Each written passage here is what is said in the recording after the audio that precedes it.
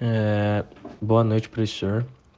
Sou o Maurício Previtali e, junto do Vinícius Ramos e do Michel Corrara, fazemos parte das bancadas 3 e 6 do Laboratório de Física 3 Noturno. Este vídeo ele tem o intuito de explicar o que fizemos na experiência Carga em Campo Magnético, que ela foi desenvolvida nas últimas semanas nas aulas de laboratório e foi dividida em duas partes. A primeira parte foi a energia potencial elétrica e a energia cinética, e a segunda parte foi a carga em um ponto B. Eu vou começar passando a lista de materiais que a gente utilizou durante as experiências, e eles foram um tubo de Thomson, uma fonte de alimentação de alta tensão, 2 multímetros digitais, um par de bobinas de Helmholtz, uma fonte de alimentação de 0 a 500 volts e também utilizamos alguns cabos de ligação. Bom, nós utilizamos um tubo de Thomson para concluir o objetivo da nossa primeira parte da experiência, no qual o nosso objetivo era poder estudar a velocidade dos elétrons no feixe.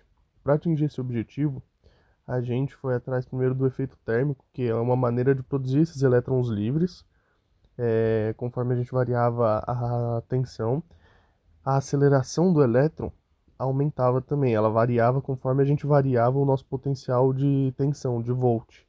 E assim, com esses dois, com esses dois objetivos feitos, a gente conseguiu o objetivo final, que seria a velocidade do elétron. Bom, o nosso passo a passo consistiu na gente ter a iniciação da nossa etapa, a primeira parte, foi a gente, com o auxílio do professor, a gente colocou algumas correntes elétricas diferentes nas fontes, e com essas correntes elétricas a gente podia visualizar uma luz fluorescente surgindo, que nada mais era do que um feixe de luz dos elétrons se movimentando. E a gente conseguia visualizar no tubo e a gente pegou os resultados nessa primeira parte. No segundo passo, com os dados que a gente já tinha anotado, nós colocamos em uma tabela no Excel para conseguir compactar os dados, ter tudo organizado. E desse jeito a gente montou um gráfico e com esse gráfico a gente colocou uma linha de tendência e a gente conseguiu a sua equação. Logo em seguida, a gente tinha o coeficiente angular já da reta por conta do gráfico, o que nos permitiu realizar os cálculos que a gente precisava para poder obter a nossa velocidade.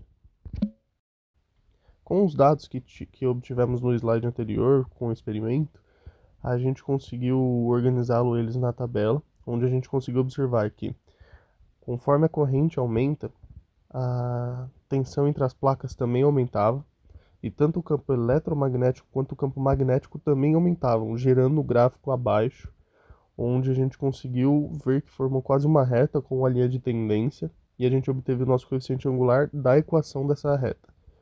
Os resultados, a gente teve que a nossa velocidade de ajuste era de 4,22 vezes 10 a sétima, aproximadamente, e como a gente já tinha a velocidade da energia, por ser um dado fornecido tanto quanto a velocidade de energia quanto a massa do elétron, tanto quanto a carga do elétron, a gente já tinha tudo, e a gente fez a nossa porcentagem de erro, mais ou menos, onde a gente teve que a nossa velocidade de ajuste é aproximadamente, tem uma margem de aproximadamente 36%.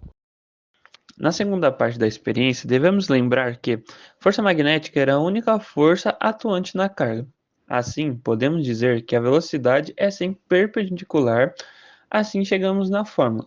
Vetor da força magnética é igual a carga vezes o produto vetorial entre o vetor velocidade e o vetor campo elétrico, ou massa vezes o vetor aceleração, onde o vetor aceleração é a carga vezes o produto vetorial entre vetor da velocidade e o vetor do campo magnético, dividido pela massa. Mas, nesse caso, temos uma aceleração centrípeta.